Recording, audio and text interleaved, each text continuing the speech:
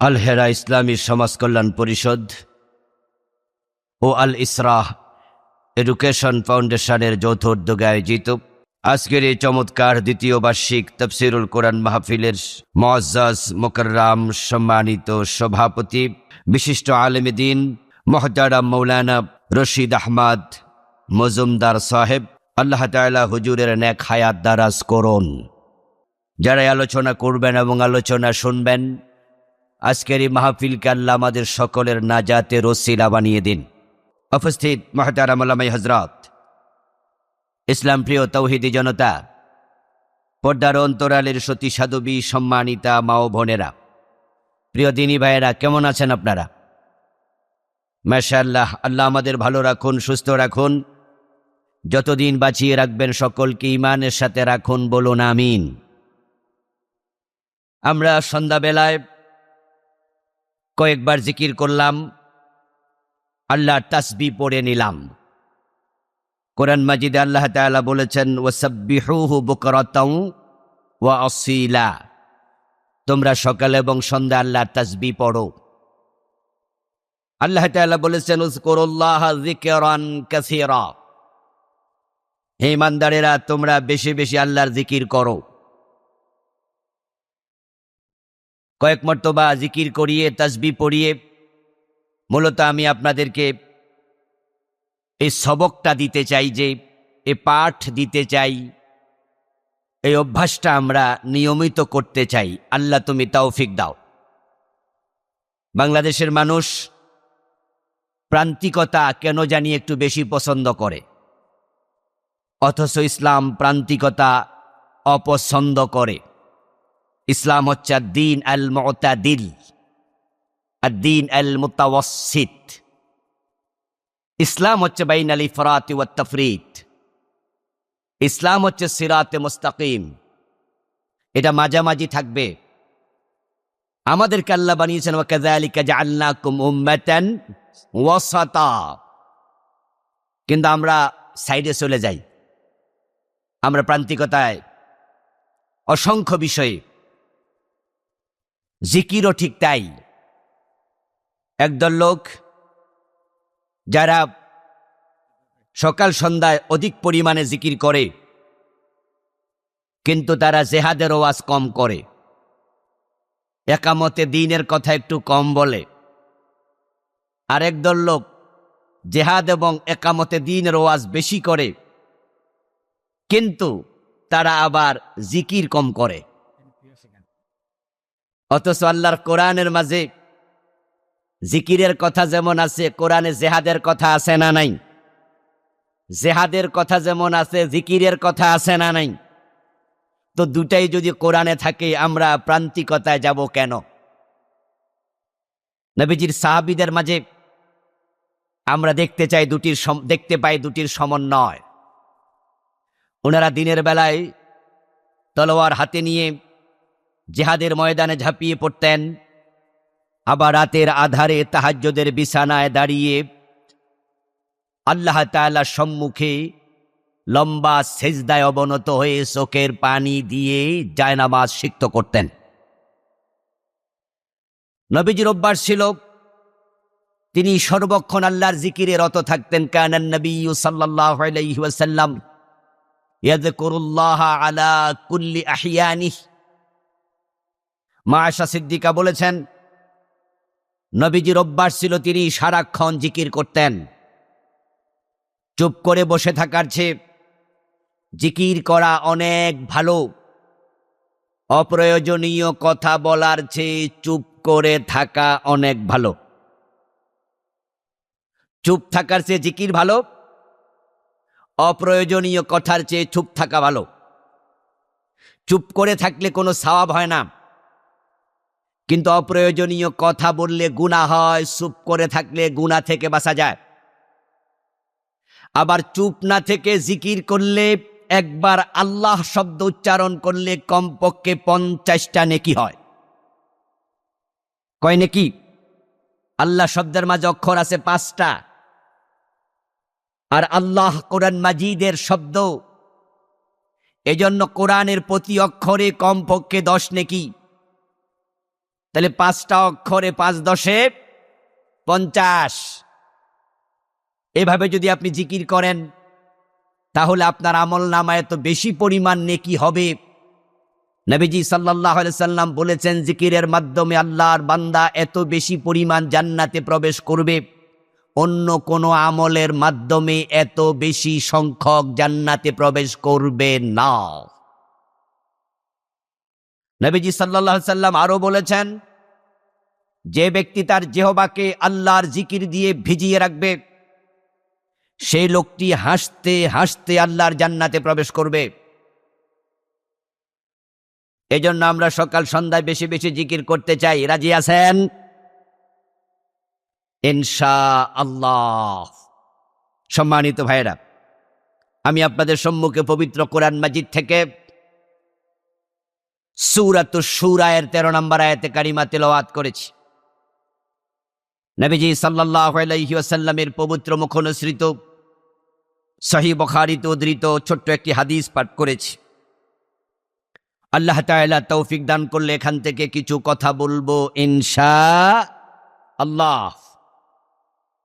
সূরাতুশ শূরা এর 13 নম্বর আয়াতে কারিমার মেসেজ হচ্ছে, আল্লাহ তাআলা পৃথিবীতে যত নবী এসেছেন সকলকে যে দায়িত্ব প্রদান করেছেন, ওই একই দায়িত্ব প্রদান করেছেন উম্মতে মুহাম্মাদীকে। সে দায়িত্ব কি? এটাই হলো সূরাতুশ শূরার 13 নম্বর আয়াতে কারিমার মেসেজ।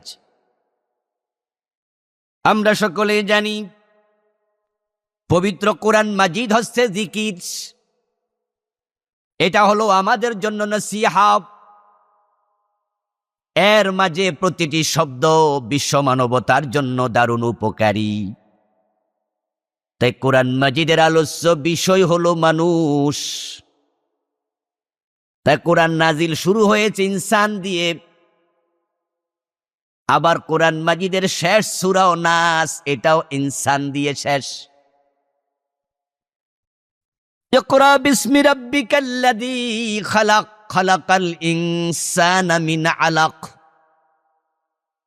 আল্লাহ কোরআন মাজিদ নাজিল শুরু করলেন ইনসানের উল্লেখ করে। আবার কোরআন মাজিদের শেষ সূরা সূরাতুন নাস, এ নাস যেই কথা ইনসান, সেই কথা নাস মানি মানুষ, ইনসান মানি মানুষ।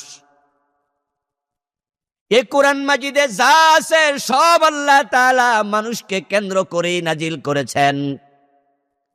কিসে মানুষের কল্যাণ, কিসে মানুষের অকল্যাণ, এটাই হলো কোরআনের প্রতিপাদ্য আলোচ্য বিষয়। এখন সূরাতুশ শূরা, ওই সূরার 13 নম্বর আয়াতের আলোচ্য বিষয় হলো মানুষের দায়িত্ব কি, আল্লাহ নবীদেরকে কি দায়িত্ব দিলেন, এবং আমরা যারা উম্মতে মুহাম্মাদী, আল্লাহর সৃষ্টি শ্রেষ্ঠ মাখলুক মানুষ, আমাদের দায়িত্ব কি। যদি কোনো ব্যক্তি তার নিজের দায়িত্ব সম্পর্কে অবচেতন থাকে, অসচেতন থাকে, তাহলে সে দায়িত্ব পালনে ব্যর্থ হবে। আর যখন কেউ দায়িত্ব পালনে ব্যর্থ হয়, তখন তাকে মানুষ আর সফল মানুষ বলে না।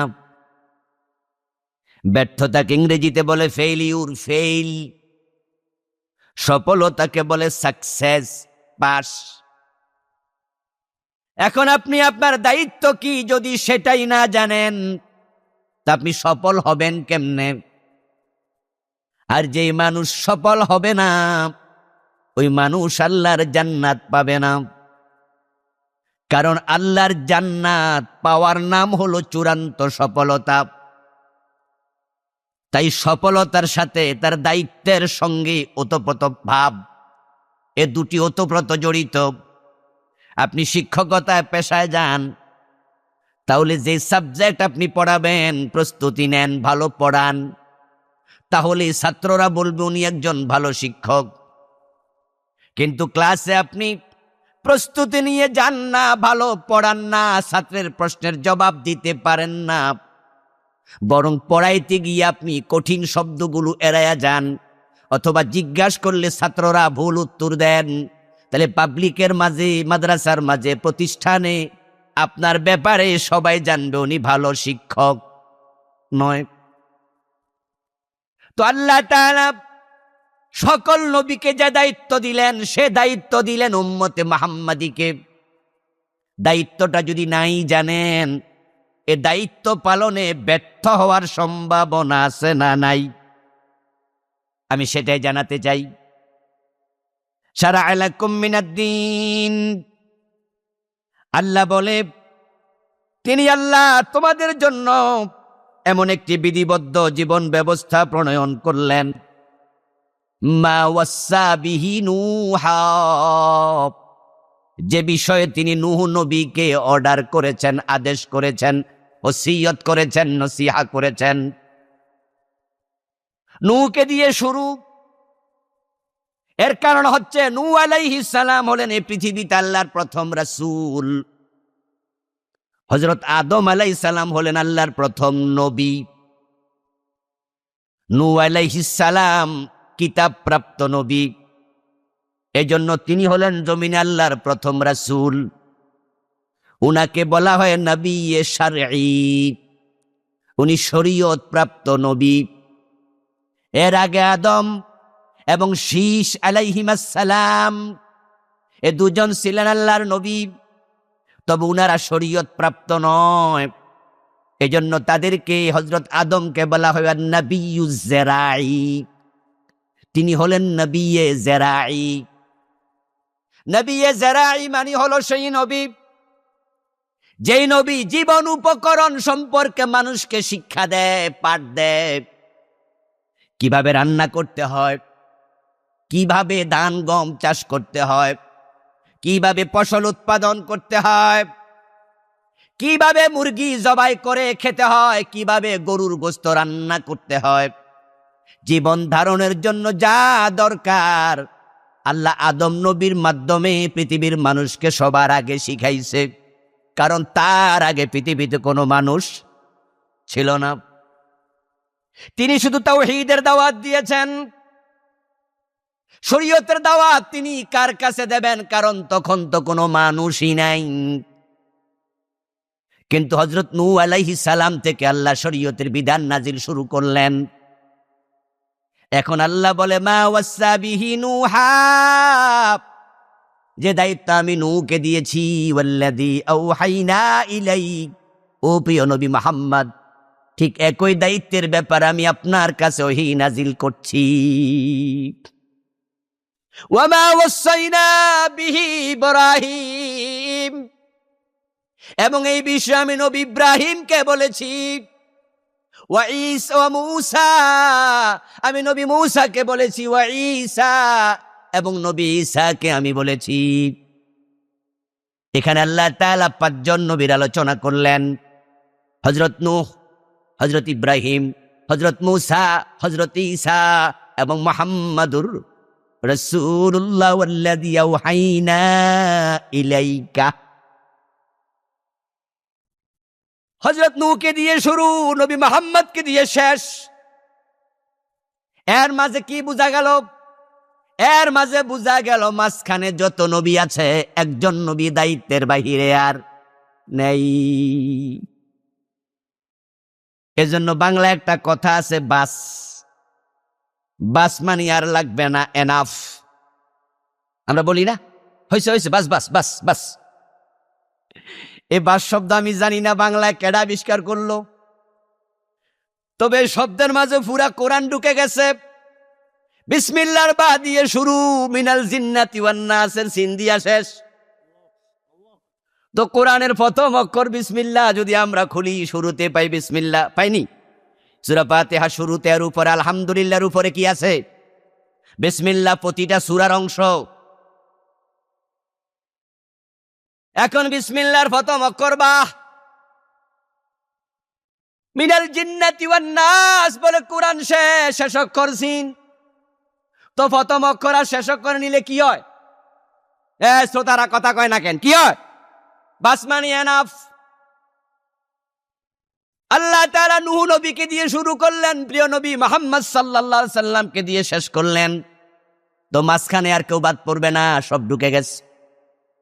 কোরআন হচ্ছে একটি মোলাক্খাস কিতাব, এটা একটি সংক্ষিপ্ত কিতাব। এখানে আয়াত সংখ্যা মাত্র ৬,২০০ কত ৩৬। যদিও বাংলাদেশে ৬,৬৬৬ বেশি বহুল প্রচারিত কথা, মাত্র ৬,২৩৬ আয়াত কোরআনে।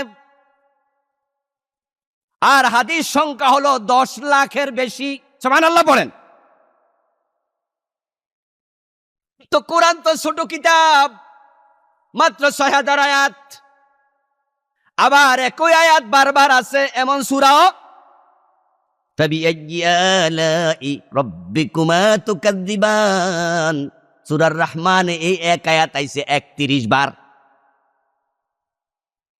তো কোরআনের আয়াতে হলো ৬,২৩৬, আবার এক আয়াত বারবার বারবার আছে। এগুলো যদি আপনি বাদ দিয়া দেন তাহলে কয়টার আয়াত পাবেন? সে তুলনায় হাদিস অনেক ব্যাপক, হাদিস ১০ লাখের বেশি। তাই তো কোরআনে কম আলোচনা, মাত্র ২৫ জন নবীর নাম কোরআনে এসেছে। কয়জন নবী? অথচ নবীর সংখ্যা কি ২৫, ২৫০০, ২৫,০০০? কত নবী, কত রাসূল, মাত্র ২৫ জনের নাম আল্লাহ কোরআনে বলেছেন, বাকিদের নাম বলেন নাই। তবে আমি যে আয়াত পড়লাম এখানে বড় বড় ৫ জনের কথা বলে ফেললেন। শরীয়ত যেই নবীকে দিয়ে শুরু তিনি হলেন নূহ, শরীয়ত যেই নবীকে দিয়ে শেষ তিনি মুহাম্মাদুর রাসূলুল্লাহ সাল্লাল্লাহু আলাইহি ওয়াসাল্লাম। আল্লাহ এবার বলতেছেন, শোনো, শারা'a লাকুম মিনাদ-দীন, আমি এই নবী সবাইকে যে দায়িত্ব দিয়েছি উম্মতে মুহাম্মাদী, সেই দায়িত্ব আমি তোমাদেরকে দিলাম। শারা'a লাকুম, তোমরা, কুম মানে তোমরা, আমরা, উম্মতে মুহাম্মাদী তোমাদের জন্য দায়িত্ব আমি স্পেশালি দিলাম। বিধিবদ্ধ বিধান তোমাদের জন্য আমি প্রণয়ন করলাম। এবার তিনি কয়েকজন নবীর নাম বলে সে দায়িত্বটা এবার বলতেছেন। দায়িত্বটা বলার আগে আমি আপনাদের সাথে একটু কথা বলতে চাই, জয়েন করুন আমার সাথে, কথার জবাব দিন। সব নবীর দায়িত্ব যেটা, আমাদের দায়িত্ব সেটা। আওয়াজ দিয়ে বলুন তো, দায়িত্বটা হালকা নাকি ওজনওয়ালা, সাধারণ না গুরুত্বপূর্ণ? আল্লাহর যত নবী দুনিয়ার সে সবার দায়িত্ব যাহা, উম্মতে মুহাম্মাদীর দায়িত্ব তাহা। এর কারণ হলো এই উম্মতের পরে আর কোনো উম্মত নাই। ও ভাই আমার, আমরা সব উম্মতের শেষ। আবার আমাদেরকে আল্লাহ তাআলা বললেন, কুনতুম খায়রা উম্মাহ, যত উম্মত পৃথিবীতে এসেছে তোমরা সব উম্মতের মাঝে সর্বশ্রেষ্ঠ, তোমরা সবার সেরা। এবার বলুন তো, যে সেরা হয়, যে বড় হয়, ওর দায়িত্ব কম হয় না বেশি হয়? এজন্য আমাদের দায়িত্ব খুবই গুরুতর, অনেক বড় দায়িত্ব। এখন যার দায়িত্ব যত বড় তার সম্মান তত বেশি। আবার যদি দায়িত্ব অবহেলা হয় শাস্তিও হবে তত বেশি। তাই মানুষকে আল্লাহ সম্মানিত করেছেন, করে তিনি কোরআনে বলছেন, উলাইকা হুম খায়রুল বারিয়া, মানুষ হলো সৃষ্টির মাঝে সেরা। তাই ওয়ালাকাদ কাররামনা বনি আদম, আল্লাহ বলে সৃষ্টির সেরা বানায়া আমি আদম সন্তানকে বড় সম্মানিত করেছি। নবীজি বলছেন, আদম সন্তান যখন আল্লাহর দ্বীন শিকার জন্য ঘর থেকে বের হয়, ইন্নাল মালাইকাতা লা তাদাউ আজনিহাতাহা, তখন আল্লাহর ফেরেশতারা তাদের পাখাগুলো আদম সন্তানের পায়ের নিচে বিছায়া তাদেরকে সম্মান দেখায়। আপনি সৃষ্টির মাঝে সেরা, তাই সম্মান ফেরেশতার চেয়ে বেশি। কিন্তু আবার যেই মানুষ দায়িত্ব পালন করবে না তাদের ব্যাপারে সূরা বাইয়িনাতে আল্লাহ বলছেন উলাইকা হুম শাররুল বারিয়া, তারা হয়ে যাবে সৃষ্টির মাঝে সবচেয়ে নিকৃষ্ট। আরেক আয়াতে বলছেন সুম্মা রাদাদনাহু আসফালা সাফিলিন, আমি কিছু মানুষকে সব সৃষ্টির মাঝে সবার নিচে ফেলে দিয়েছি। আমি ভূমিকা আসলাম, এখন ভূমিকা শেষ করে আমি মূল পর্বে প্রবেশ করছি। আপনারা সর্বশ্রেষ্ঠ উম্মাত, আপনারা সৃষ্টির মাঝে সেরা মাখলুক। এবার দায়িত্ব পালন করার জন্য প্রস্তুতি নেওয়া দরকার আছে না নাই? বলেছে শুরুতে যে শিক্ষক দায়িত্ব পালন করে না, প্রস্তুতি না নিয়ে ক্লাসে ঢোকে, বদনাম হয়। তার ব্যাপারে সব স্টুডেন্ট শিক্ষকরা জানো উনি খারাপ টিচার। যেই মানুষগুলো দায়িত্ব পালন করবে না, আল্লাহর ফেরেশতাদেরকে আল্লাহ জানাইয়া দেবেন এ ভালো মাখলুক না, ভালো মানুষ না, ও খারাপ। আর যারা খারাপ হবে তাদেরকে আল্লাহর ফেরেশতারা যেদিন জান কবজ করতে আসবে, সেদিন হাতে করে জাহান্নামের চাবুক নিয়ে আসবে। ওয়ালাউ তারাব ইয ইয়াতাওয়াফাল্লাযীনা কাফারুল মালাইকাতু ইয়াদরিবুনা উজুহাহুম ওয়া আদবারাহুম ওয়া যুকু আযাবাল হারিক। যদি আপনি দেখতেন যখন কাফের, মুশরিক, ফুজ্জার, ফাসিক এই জালেমগুলোর মৃত্যু দেওয়ার সময় ফেরেশতা হাজির হয়, ফেরেশতা তার জান কবজের আগে কিভাবে তার চেহারার মাঝে, পিঠের মাঝে জাহান্নামের চাবুক দিয়ে পিটাতে থাকে।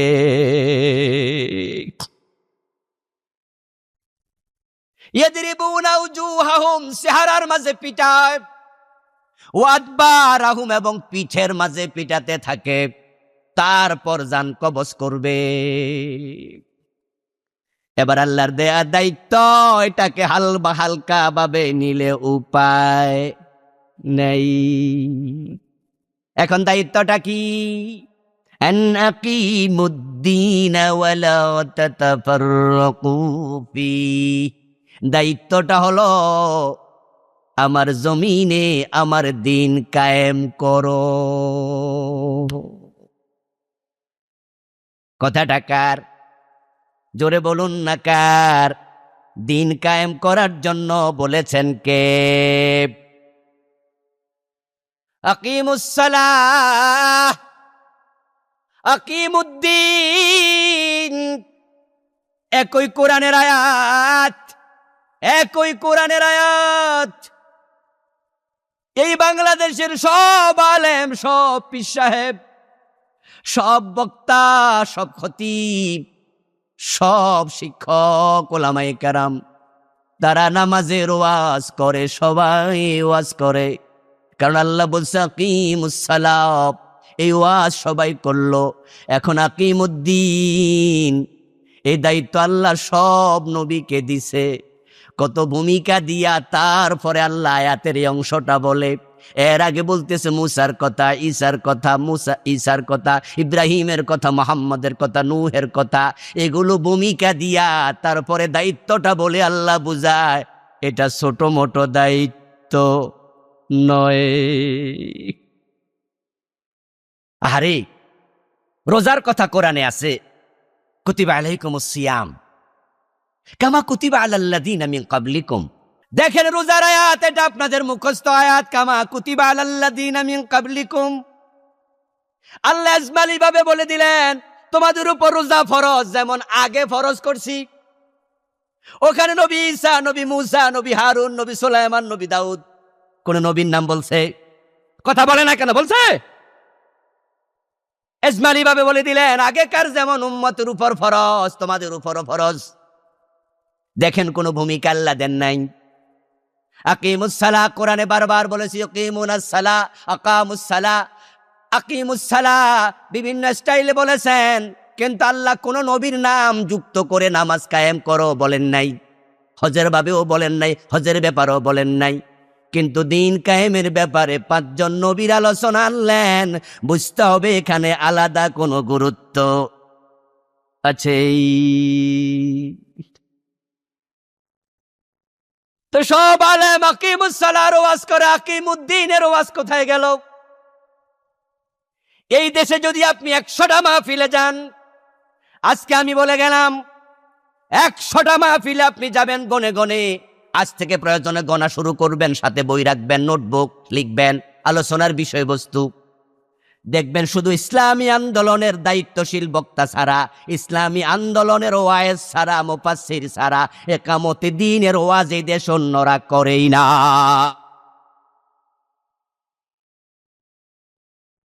অন্য সব বুজুর্গ, সব আলেম নামাজের ওয়াজ করে, রোজার ওয়াজ করে, হজের ওয়াজ করে, যাকাতের ওয়াজ করে, পর্দার ওয়াজ করে, হালাল হারামের ওয়াজ করে। একামতে দ্বীনের ওয়াজ ইসলামী আন্দোলনের লোক ছাড়া আর কাউকে করতে শুনবেন না। তাহলে নবী ঈসা, নবী মুসা, নবী হারুন, নবী ইব্রাহিম, নবী সুলাইমান, নবী দাউদ, যত নবী আছে, বুঝা গেল যে একামতে দ্বীনের ওয়াজ সকল নবী করছে। যেহেতু আল্লাহ সব নবীকে এখানে ঢুকাই দিলেন, তারপরে দিন কায়েমের কথা বললেন। আপনাদের কাছে একটু জিজ্ঞাসা করবো, আপনারা জবাব দিয়েন, ইনসাফ করে দিয়েন, চুপ থাকেন না। আকিমুস সালাত বলেছেন কে? একটু জোরে বলেন না কে? আকিমুদ্দিন বলেছেন কে? তা আপনি এক ওয়াজ করবেন আর এক ওয়াজ ছাড়বেন, প্রমাণ হবে আফাতুমিনুনা বিবাদিল কিতাবি ওয়া তাকফুরুনা বিবাদ। কিছু মানুষের চরিত্র আল্লাহ তাআলা নিজে বর্ণনা করলেন। এমন কিছু মানুষ থাকবে, তোমরা কি কোরআনের কিছু মানবা, কিছু বাদ দিবা? এই প্রশ্নের ভিতরে আল্লাহ বুঝাতে চায় এই চরিত্রের মানুষ জমিনে আছে এবং থাকবে। বলবেন যে না, আমরা দিন কায়েম তো বাদ দেই নাই। তো বাদ না দিলে ওয়াজ করেন না কেন? আর দিন কায়েম যে লাগবে, সূরা শুরা 13 নম্বর আয়াতে আছে। এটা শুধু আবুল কালাম আজাদ বাশাররা পড়ে না, আমরাও পড়ি, আমরাও জানি। তো বাশাররা কইলে আমনে কন না কেন? এবার আস্তে করে কইব, ঝামেলা আছে, কারণ এই কথা কইতে গেলে জেলে যাওয়া লাগে। ওরা পোলাপান মানুষ, ওরা ফারে, সাহস আছে, আমরা এত সাহস? আরে দিন কায়েমের কথা যে আল্লাহ কোরআনে কইছে, এটা কোন হুজুরে জানে না? সব হুজুরই জানেন। তোনার মাহফিলে গেলে আপনি জিকিরের ওয়াজ শুনলেন। জিকিরের ওয়াজ আমিও আজকে করেছি শুরুতে। সকাল সন্ধ্যা জিকির করো, এটা হলো নফল। আল্লাহ তাআলার সকল আদেশ ফরজের জন্য আসে নাই। আমর আদেশ অনেকগুলো অর্থে ব্যবহৃত হয়। কোনোটা মুবাহ, কোনোটা সুন্নাহ, কোনোটা জাওয়াজ, কোনোটা ফরজ, কোনোটা উজুব। এক একটা আমর এক এক অর্থে এসেছে। তুযকুরুল্লাহ যিকরান কাসীরা ওয়া সাব্বিহুহু বুকরাতাও ওয়া আসীলা। এই আদেশ হলো নফলের জন্য। আপনি সকাল 100 বার জিকির করলেন, সন্ধ্যাবেলা 200 বার করলেন, আরেকদিন সকালে জিকিরই করেন নাই, কোনো গুনাহ হবে নাকি? এটা নফল। কিন্তু দিন কায়েম করো, এই আদেশ নফলের জন্য আসে নাই, এটা ফরজ আদেশ। এটা মান্য না করলে আল্লাহর কাছে জবাব দেয়া লাগবে। আল্লাহ তাআলা সব নবীকে দিন কায়েমের দায়িত্ব কেন দিলেন? এ উত্তর আমরা জানব। দিন কায়েম কি, সে উত্তরও আমরা সংক্ষেপে জানব, সময় যদিও কম। তার আগে জানতে চাই দিনটা কি, যেটা কায়েম করতে আল্লাহ বললেন। এই দায়িত্ব সব নবীকে দিলেন, উম্মতে মুহাম্মাদীকে আবার স্পেশাল স্মরণ করাইলেন। সেগুলো কি? 1 নাম্বার, দিন কি?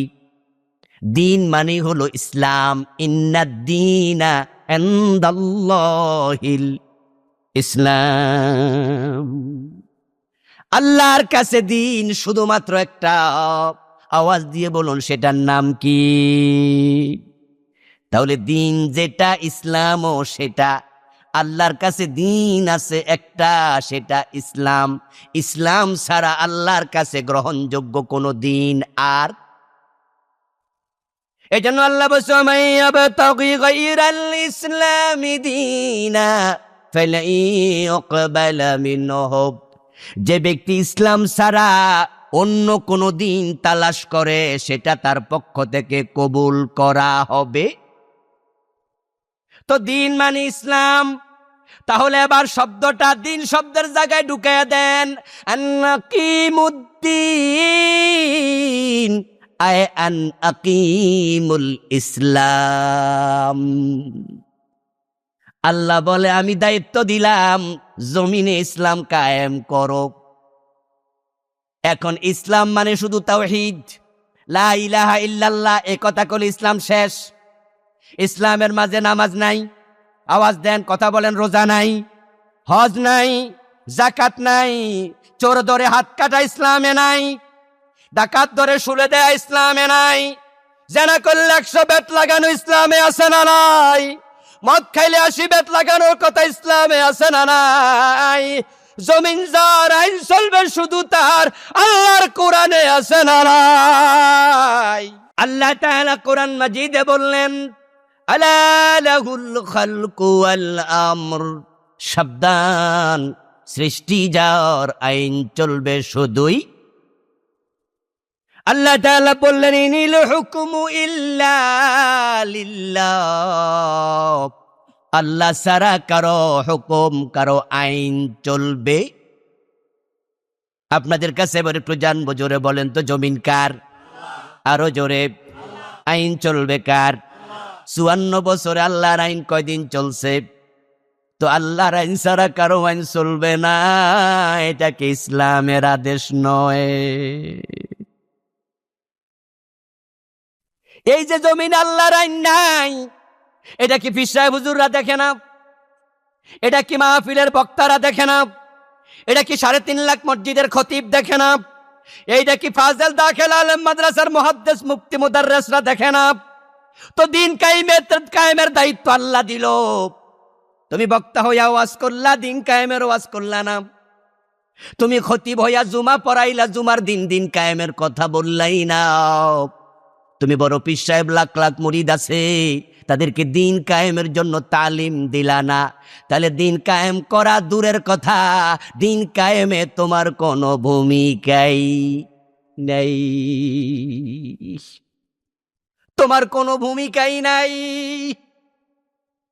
ও দোস্ত, যে দায়িত্ব সব নবী পালন করলো, ওখানে তোমার ভূমিকা নাই। তাহলে তুমি নবীর ওয়ারিস, এই দাবি করা একবারে ভণ্ডামি ছাড়া কিছু না। তুমি নবীর ওয়ারিস যদি হতে, তাহলে তো দিন কায়েমের কথা 1 নম্বরে বলতাম। আরে ভাই, বাস শব্দের ভিতরে যেমন পুরা কোরআন ঢুকে গেছে, দিন শব্দের ভিতরে পুরা ইসলাম ঢুকে গেছে। দিন কায়েমের ওয়াজ যদি কেউ করে, নামাজের ওয়াজ আর আলাদা করা লাগে না।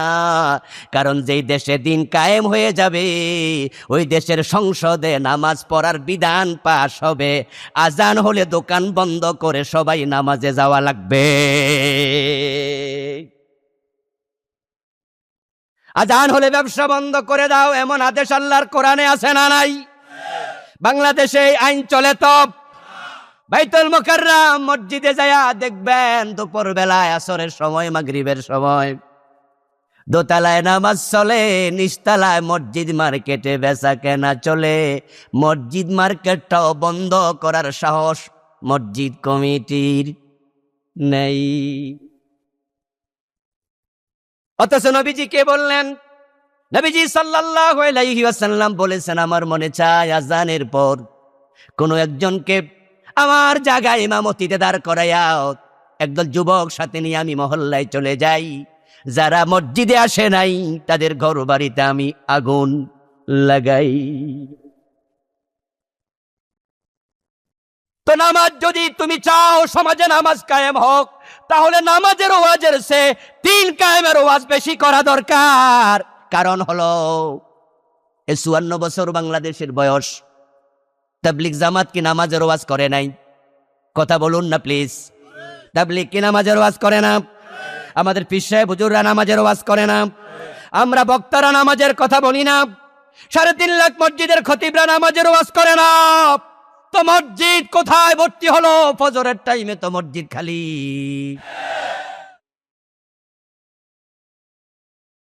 নামাজের সময় মসজিদের পাশে চা দোকানে বসে বসে ব্রিটানিয়ার সিনেমা দেখে টেলিভিশনে, এমন দোকান বাংলাদেশে আছে না নাই?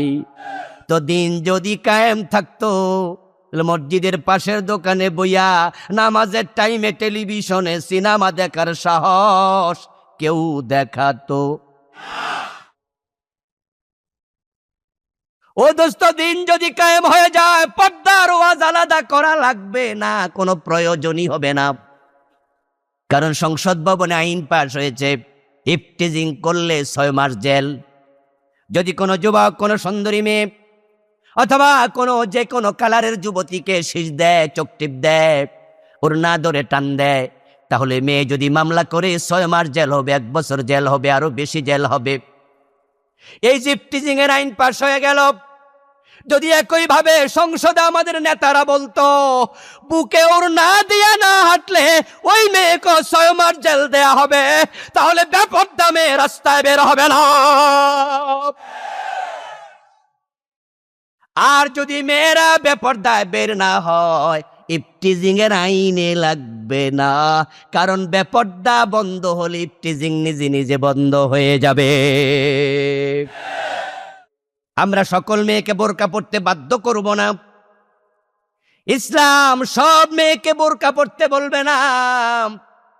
হিন্দু আছে, বৌদ্ধ আছে, খ্রিস্টান আছে, আমরা হিন্দু মেয়েদেরকে বলবো বোরকা পরো, নেকাব পরো না, কিন্তু আমরা তাদেরকে অশালীন পোশাক পরতে দেব না, শালীন পোশাক পরতে বাধ্য করা হবে। আপনারা যারা হজ করতে গেছেন, উমরা করতে গেছেন, এই রমাদানও তো আসতেছে, আমরা অনেকে উমরায় যাবো ইনশাআল্লাহ। গেলে দেখবেন যে বেলুচিস্তানি, পাকিস্তানি কিছু মহিলা আছে যারা হজ করতে এসে বোরকা পরে না। ইন্ডিয়ান কিছু এলাকার মুসলিম মেয়েরা আছে যারা সৌদি আরবে হজে আসছে, আল্লাহর ঘরে তারা তাওয়াফ করতেছে, বোরকা নাই, কিন্তু শালীন পোশাক আছে। ওরা 3 পিস পরছে এবং তাদের ওড়না দিয়া মাথাটা ঢাকতেছে, ওড়নার একটা অংশ দিয়া বুক ঢেকেছে। ইন্দোনেশিয়ান কিছু আছে, সৌদি সরকার ওদেরকে বোরকা পড়তে বাধ্য করে না, বলে না তোমাদেরকে হজের ভিসা দেব না, বলে না হারামে যাও না, আউট। ইসলাম বোরকার কথা বলেনি, পর্দার কথা বলেছে, ঠিক কিনা? তবে হ্যাঁ, বোরকা কেন পরে, এটা পর্দার ক্ষেত্রে সবচেয়ে বেশি উপযোগী। এখন হুজুররা তো পর্দার ওয়াজ করলো, এই 54 বছর পীর সাহেব হুজুররা বললো সিনেমা দেখো না, নাটক দেখো না। সিনেমার বিরুদ্ধে, পর্দার বিরুদ্ধে আপনার ওয়াজ হলো, পর্দার পক্ষে বেপর্দার বিরুদ্ধে ওয়াজ হলো। আওয়াজ দিয়ে বলুন তো, সিনেমা কি কমছে? বেপর্দা বেহায়াপনা কি কমেছে? ও দোস্ত, দিন যদি কায়েম হয়ে যায়, আমাদের এমপিরা সংসদে একটা বার না বললে আইন হয়, হ্যাঁ বললে আইন হয়ে যায়। একটু আওয়াজ করে বলেন তো, তারা যদি আইন করে দেয় বেপর্দা চলা যাবে না, অশালীন পোশাক পরা যাবে না, তাহলে কি সমাজের মানুষ, সমাজের বেপর্দা নারীরা পর্দা করতে বাধ্য হবে না? আরে ভাই, এই যে বাল্ব জ্বলছে, তো আপনাদের ঘরেও বাল্ব জ্বলে। আচ্ছা, আপনি যদি মনে করেন যে ঘুমানোর সময় আপনার বাল্বটা জ্বলন্ত থাকলে ঘুমে ডিস্টার্ব হয়, তাহলে বাল্বটা কি করা লাগবে? কথা বলে না কেন ভাইরা, কি করা লাগবে? বাল্বটা নিবাইতে হবে, এই তো কথা। আচ্ছা, নিবানোর জন্য কিন্তু পন্থা অনেক আছে। একটা আছে থাপ্পড় দিয়া ভাঙা লাইবেন, লাঠি লইয়া বাড়ি দেবেন, আর একটা আছে সুইচে টিপ দেবেন। কোনটা হওয়া উচিত? এখন এই দেশে বেপর্দা বেহায়াপনা বন্ধ হোক, আমরা সবাই চাই, আমরা ওয়াজও করি, কিন্তু কোন ওয়েতে সহজে বন্ধ করা যায় ওইটা ভেবে দেখা দরকার আছে না নাই? ওয়াজ তো 54 বছর করছেন, বেপর্দা মাইয়া তো আরো বাড়ছে। ঢাকা শহরে আমরা যারা থাকি, আমরা তো জ্বলন্ত কড়াইয়ের উপরে থাকি। বাড়িদারা, ধানবন্ডি, গুলশান, বনানী যারা বসবাস করে, ওরা তো চোখ হাতে নিয়ে হাঁটতে হবে। চোখের জায়গায় থাকলে উপায় নাই। ডানে বেপর্দা নারী, বামে বেপর্দা নারী, সামনে বেপর্দা নারী, পিছনে বেপর্দা নারী, যাবে কোথায় যাওয়ার জায়গা নাই। নিচের দিকে তাকাই হাঁটলে গাড়ি চাপা দেবে, উপরের দিকে তাকাইলে 3 তালার ছাদে আরেকজন দেখবে।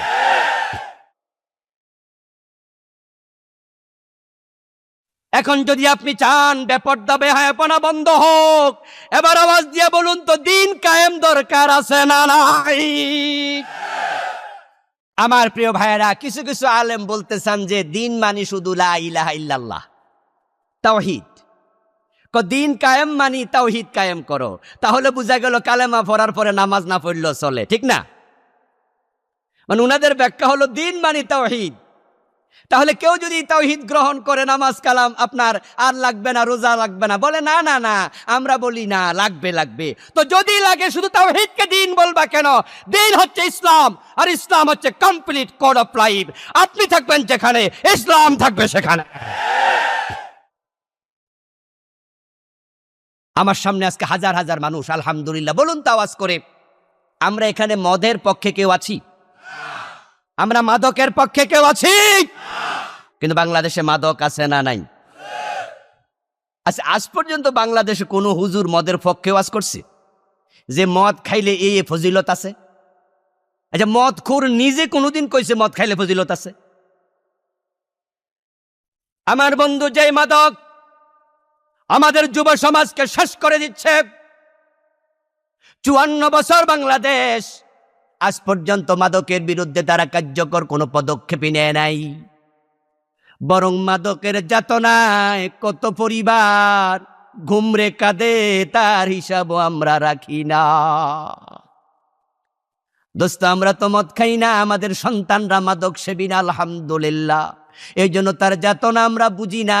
কি যে ব্যথা বিষে, বুঝি বেশে কিসে, কবু আসে বিষে দংশে নিজারে।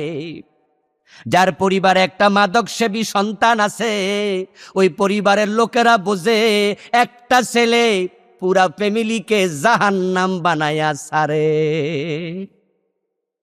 মায়ের গলার স্বর্ণ নিয়ে বেচালা, বউয়ের কানের দুল নিয়ে বেচালা, বাবার মানি ব্যাগ হারাইয়া যায়, দামি মোবাইলটা ঘরে থাকে না।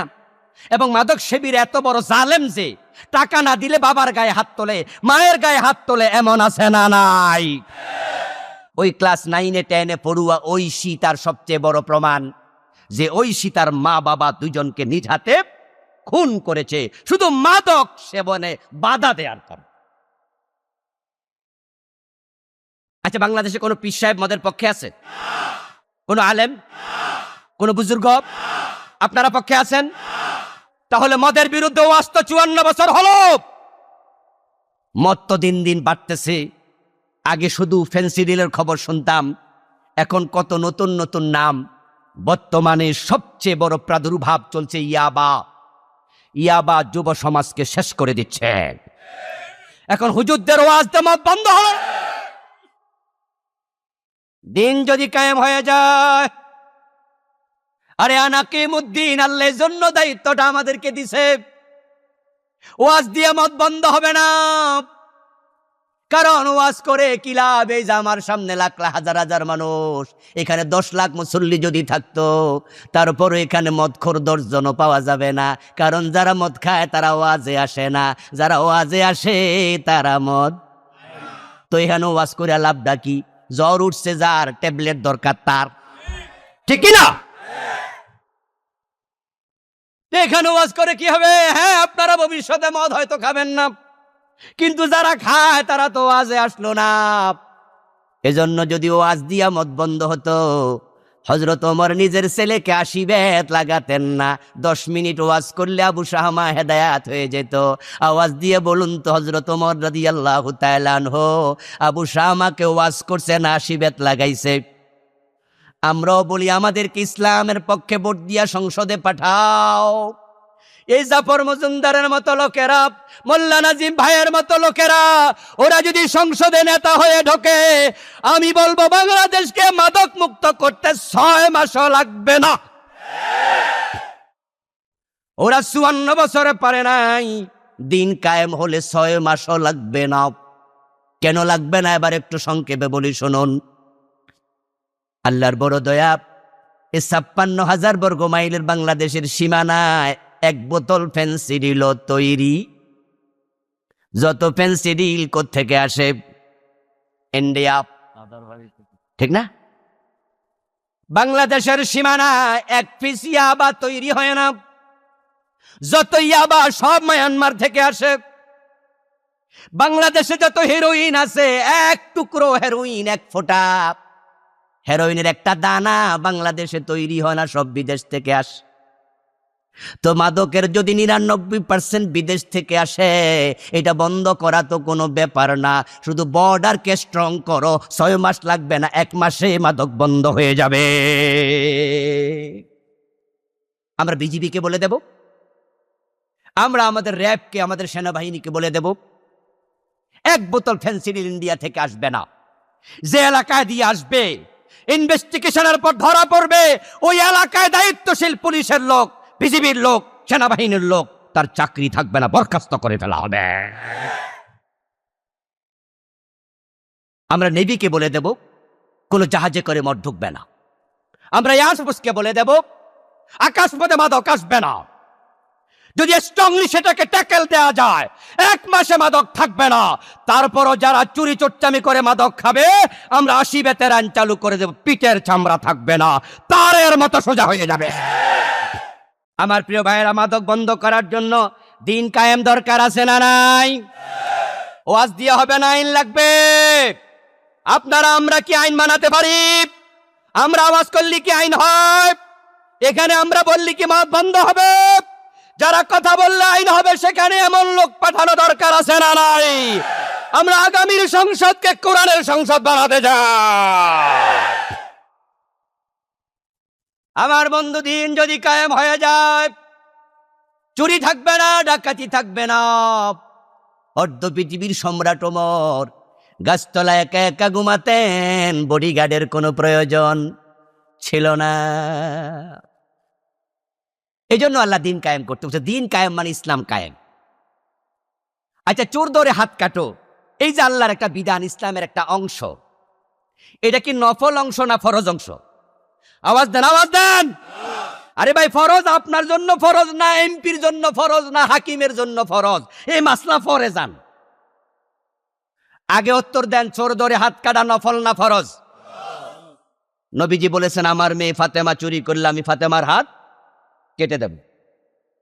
তাহলে বোঝা গেল চোর ধরে হাত কাটা ফরজ। বাংলাদেশে 54 বছরে ফরজ বিধান কি একদিন চলেছে?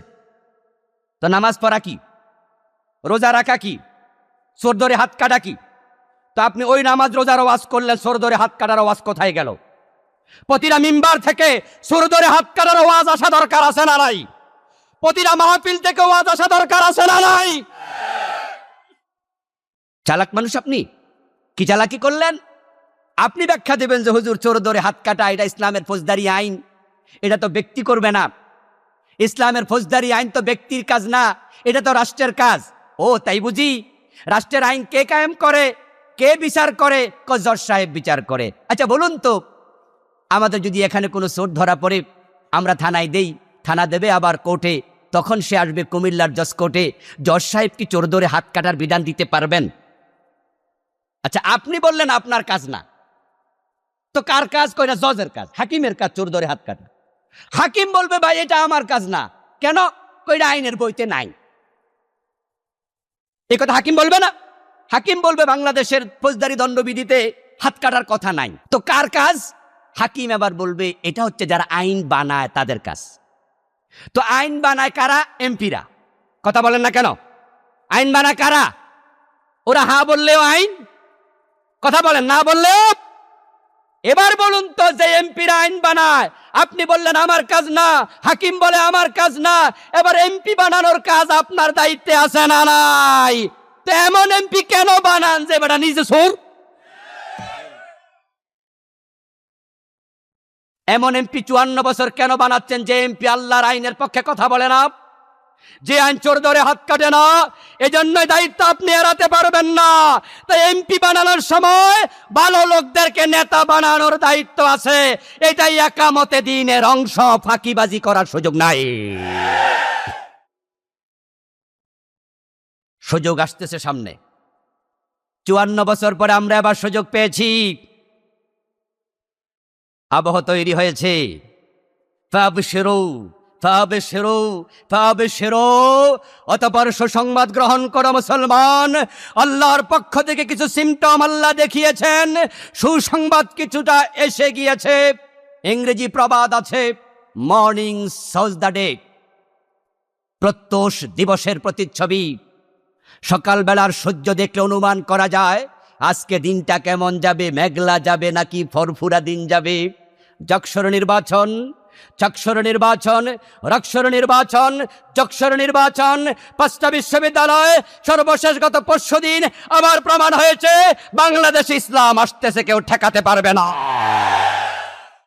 আমার ভাইয়েরা, বিশ্ববিদ্যালয়ের ছেলেরা মেয়েরা, আমি অবাক হয়েছি যে মেয়েটা বোরকা পরে না, ওড়না পরে না, মাথায় চুল পর্যন্ত খোলা, ওই মেয়েরা বলতেছে এবার আমরা ইসলামের পক্ষে আছি।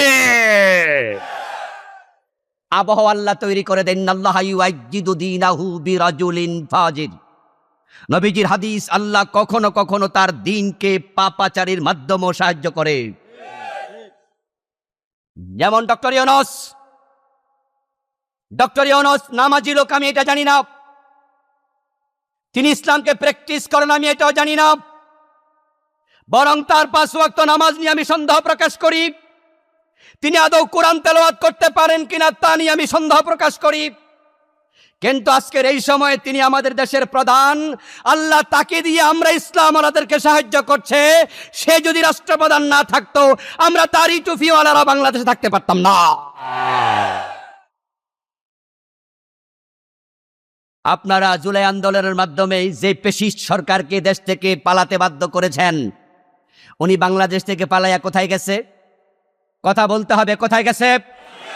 ইন্ডিয়ার শক্তি বাংলাদেশের চেয়ে কম না বেশি? ওখানে শ্বশুর বাড়িতে বসে আপনাদের বিরুদ্ধে ষড়যন্ত্র করতেছে না?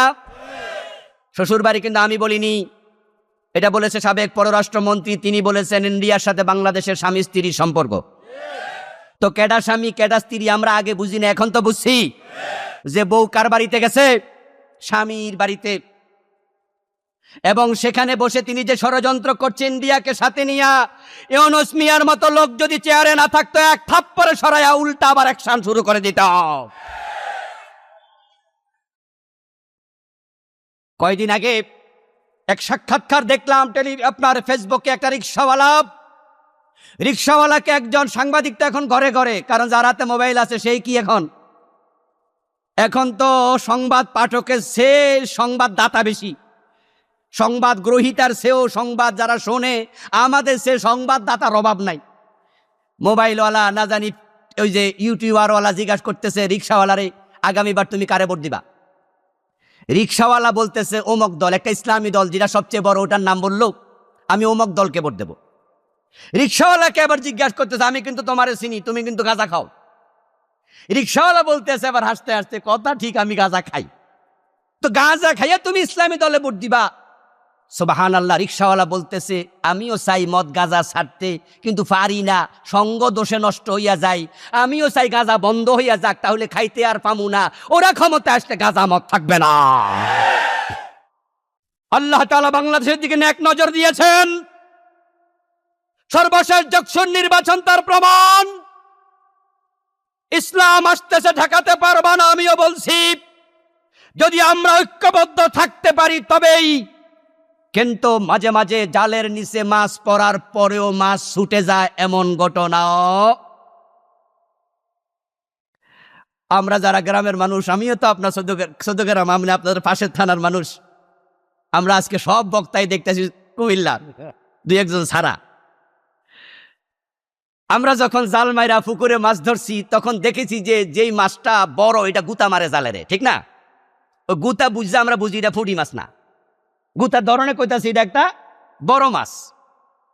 তো জাল টানলে যদি নরমালি বেরিয়ে যায়, এজন্য মাঝে মাঝে আমরা নিজেরা পুকুরে নেমে যাই, জালের জায়গায় জাল থাক, এমনে রাইকা ধর।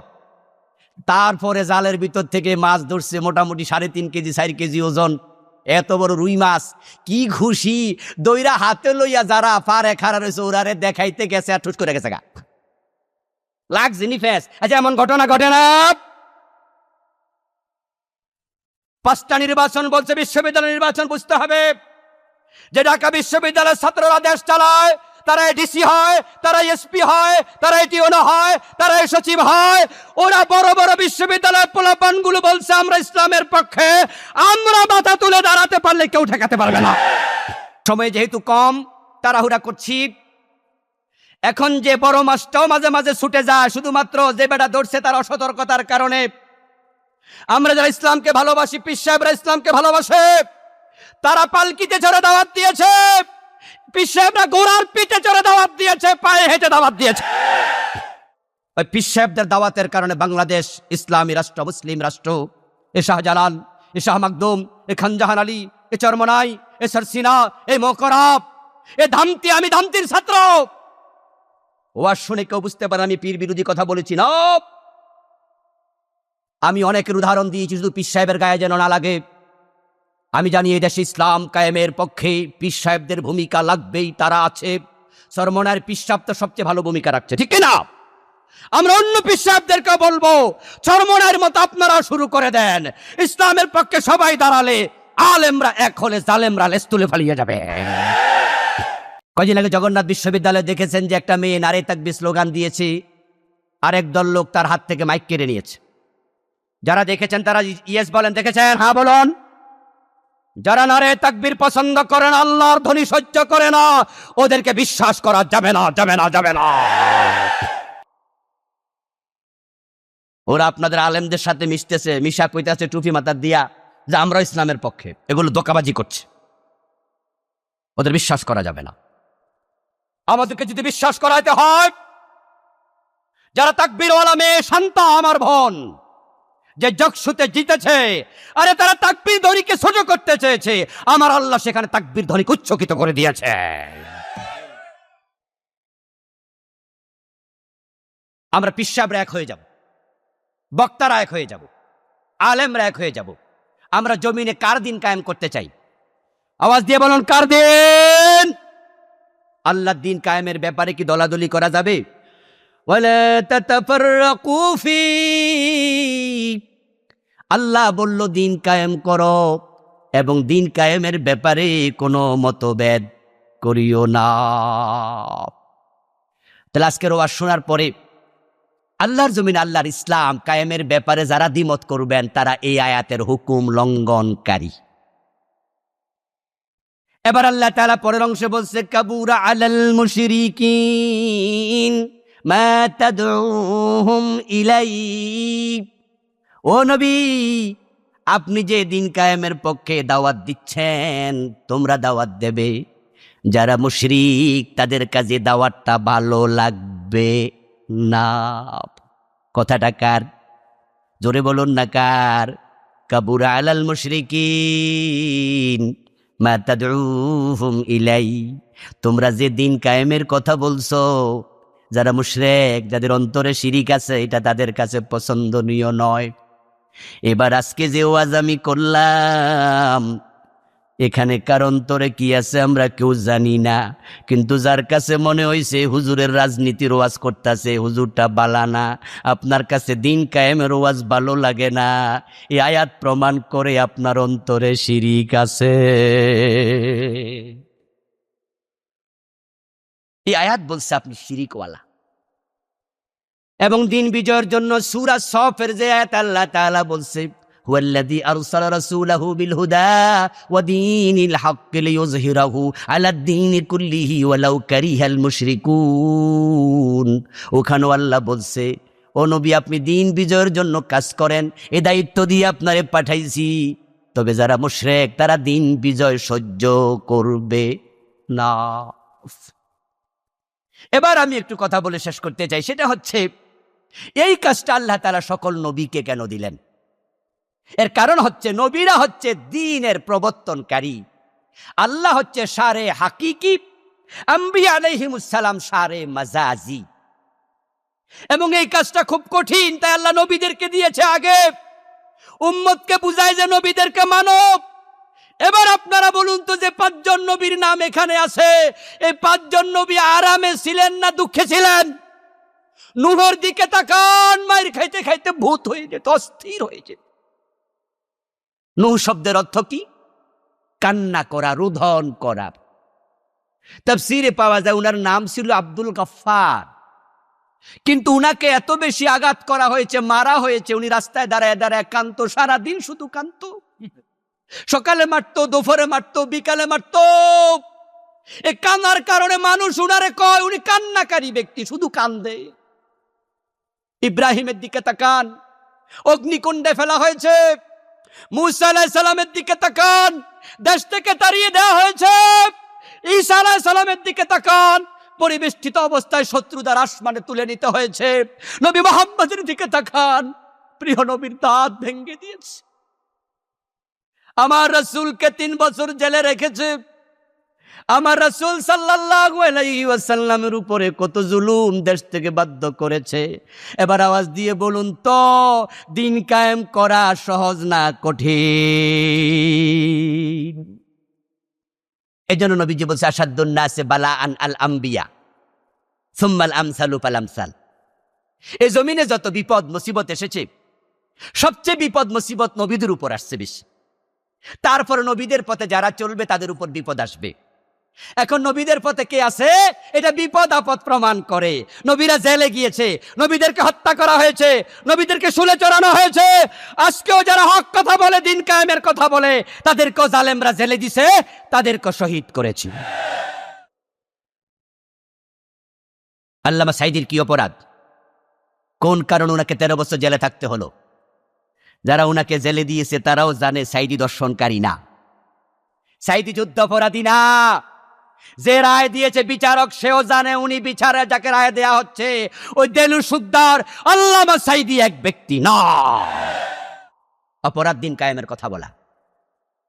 এবার বলুন তো, নবীরা যে মাইর খাইছে দিন কায়েমের পথ থেকে সরে গেছে, চুপ থেকেছে? আমরা তাই করবো, আমরাও সরে যাব না। দিন কায়েম হওয়া পর্যন্ত মাথা তুলে দাঁড়িয়ে থাকব।